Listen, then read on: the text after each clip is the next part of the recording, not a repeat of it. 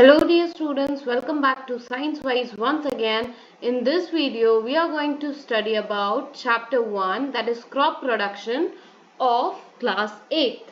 Already we have studied crop rotation in part 1. This is the second part of the chapter in which we are going to study about nitrogen cycle. Air comprises about 78% nitrogen, मतलब कि air में कितना percent nitrogen है बच्चे? 78%.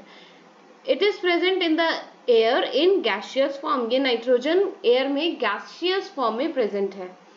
On earth every living being use it to carry out different life functions. और nitrogen एक बहुत ही इंपॉर्टेंट गैस है. ऑलमोस्ट सभी लिविंग ऑर्गेनिज्म जो है वो इसको यूज करते हैं. ठीक है. It is also very important for plant. It contributes in air composition in a very high amount, but most of the parts remain unused or inert. Unused या फिर inert रह जाता है इस नाइट्रोजन का बहुत सारा part. Nitrogen is required to form amino acids, nucleic acid and protein. Therefore, it is very important to convert the unused part of the nitrogen to more stable forms.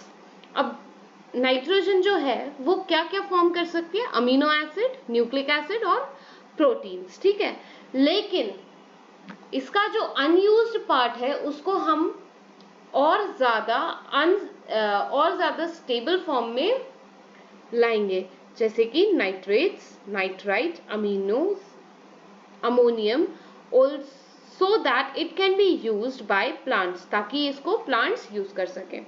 The process of converting nitrogen into more unstable form in which it can be utilized by plant in a large amount is called nitrogen fixation. ये इसकी definition हो गई.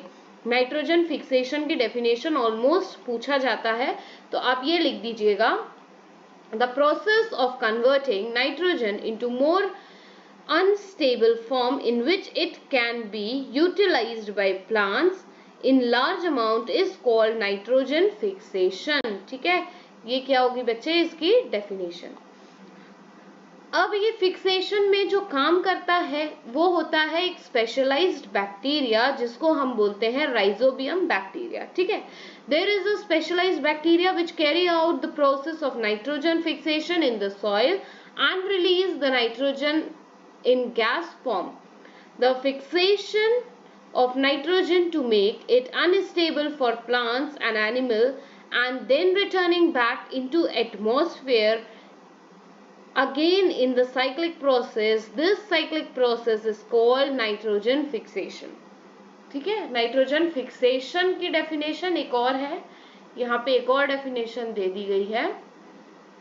The fixation of nitrogen to make unstable for plant and animal and the returning back into the atmosphere again is a cyclic process. This cyclic process is called nitrogen cycle. ठीक है. अब जो nitrogen cycle है उसमें आपके 5 steps होते हैं. ठीक है. कितने स्टेप्स होते हैं?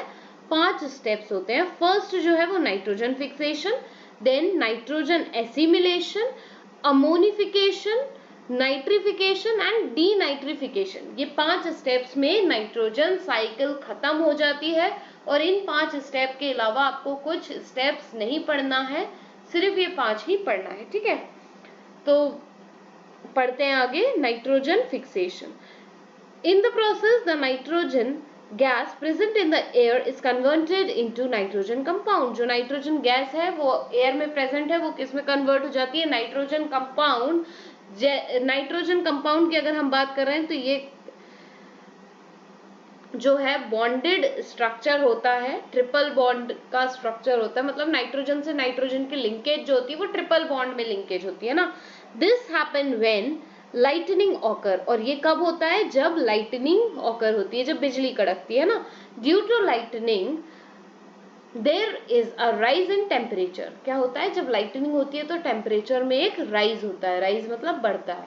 This cause breakage of triple bond between nitrogen to nitrogen.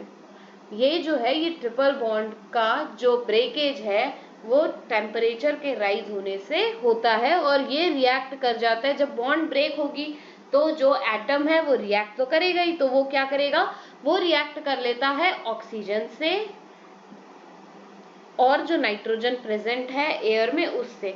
As a result of this, oxides of nitrogen such as NO2, NO and NO2 are formed.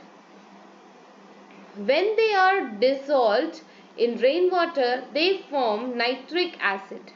And then this nitric acid, ये जब react करते हैं तो क्या form करते हैं, nitric acid. फिर इसके बाद ये नाइट्रिक एसिड जो है एसिड से नाइट्रिक एसिड जो है वो रिएक्ट करता है एल्कली से जो कि सॉइल में प्रेजेंट है और नाइट्रेट्स को फॉर्म करता है। ठीक है, ये पूरी रिएक्शन दी हुई है।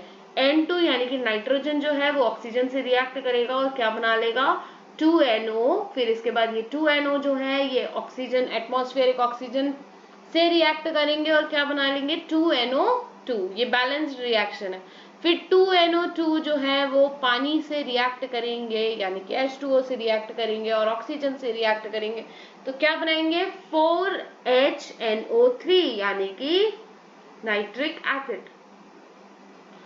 अब ये जो है एल्कली मतलब बेस, ठीक है, एल्कली हम जनरली बेस के लिए बोल रहे हैं। CaCO3 जो है कैल्शियम कार्बोनेट नाइट्रिक एसिड के साथ रिएक्ट करेगा तो क्या बनाएगा, CaNO3 और वाटर और कार्बन डाइऑक्साइड। ठीक है, ये हो गया नाइट्रोजन फिक्सेशन का केमिकल रिप्रेजेंटेशन। क्लियर। अब हम बात कर रहे हैं नाइट्रोजन एसिमिलेशन की। किसकी बात कर रहे हैं बच्चे, नाइट्रोजन एसिमिलेशन की। जब ये प्रोसेस होती है तो जो नाइट्रेट्स फॉर्म हुए हैं सॉइल उनको क्या कर लेता है, एब्जॉर्ब कर लेता है। ठीक है, जो नाइट्रेट्स फॉर्म हुए हैं वो सॉइल में रहते हैं और इनको एब्जॉर्ब कर लेता है प्लांट। और जब प्लांट इनको एब्जॉर्ब कर लेता है तो ये जो नाइट्रेट्स हैं वो कन्वर्ट हो जाते हैं प्लांट प्रोटीन में। नाइट्रेट्स किस में कन्वर्ट हो जाएंगे, प्लांट प्रोटीन में। और जब इनको कोई हर्बीवोर एनिमल कंज्यूम करेगा प्लांट को तो क्या होगा, उस हर्बीवोर को नाइट्रोजन का ट्रांसफर हो जाएगा।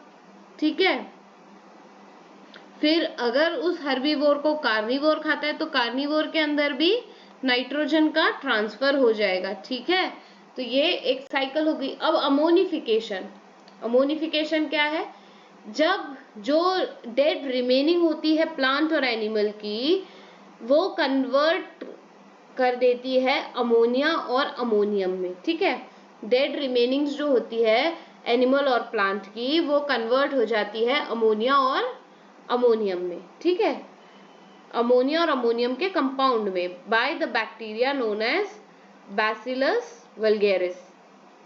ठीक है, और जो फंगी प्रेजेंट होते हैं सॉइल में वो भी हेल्प करते हैं इसको कन्वर्ट करने में। डेड रिमेनिंग्स जो होती है एनिमल प्लांट की वो कन्वर्ट करने के लिए बैसिलस वल्गेरियस और कुछ फंगी जो प्रेजेंट होती हैं सॉइल में वो कन्वर्जन का काम करती हैं। ठीक है, this process of conversion of complex organic compound such as protein into ammonia is known as ammonification. जब प्रोटीन जो है वो अमोनिया में कन्वर्ट हो जाएगा तो उसको हम बोलेंगे अमोनिफिकेशन। नाइट्रिफिकेशन क्या होता है, in this process some part of ammonium compound are absorbed by the plant and remaining part is converted into nitrates by nitrifying bacteria called nitrobacter। Bacteria के नाम आप याद रखिएगा। ठीक है, नाइट्रोबैक्टर क्या करता है, जो रिमेनिंग होती है उसको कन्वर्ट कर देता है नाइट्रेट्स में जो कि सॉइल में ही प्रेजेंट है ना। और इस प्रोसेस को क्या बोलेंगे हम, नाइट्रिफिकेशन। नाइट्रिफिकेशन में क्या होता है बेटा, अमोनिया जो है वो नाइट्रेट्स में कन्वर्ट हो जाता है। ठीक है, अब डीनाइट्रिफिकेशन, डीनाइट्रिफिकेशन में क्या होगा, in this process some part of ammonia nitrates is absorbed by the plant. कुछ पार्ट तो प्लांट एब्जॉर्ब कर लेंगे और जो रिमेनिंग पार्ट है वो कन्वर्ट हो जाएगा नाइट्रोजन गैस में बाय डीनाइट्रिफाइंग बैक्टीरिया और उसका नाम है आर्क्योमोबैक्टर।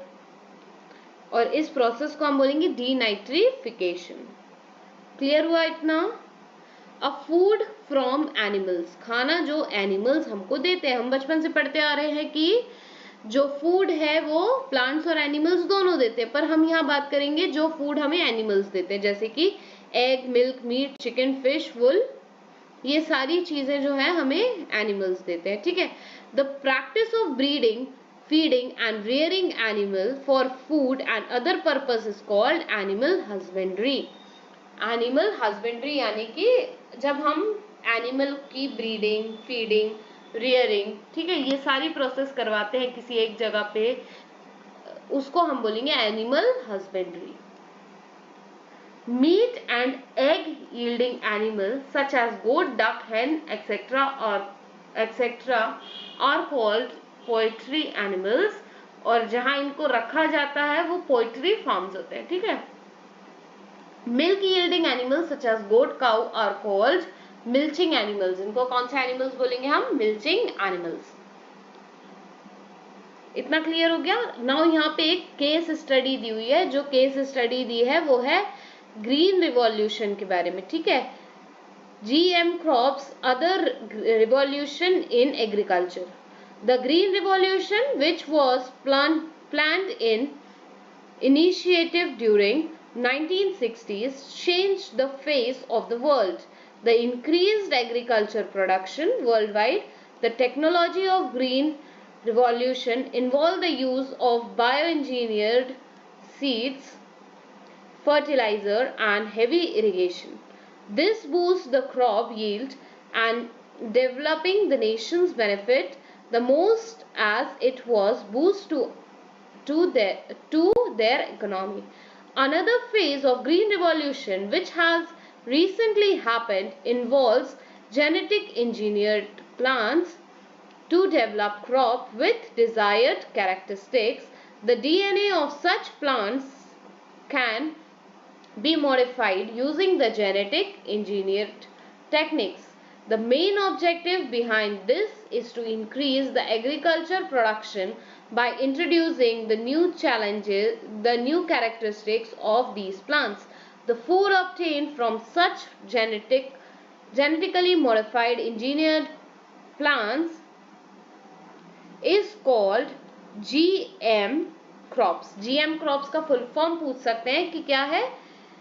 genetically modified crops. ठीक है। Till now the only GM crop that is allowed in India is BT cotton.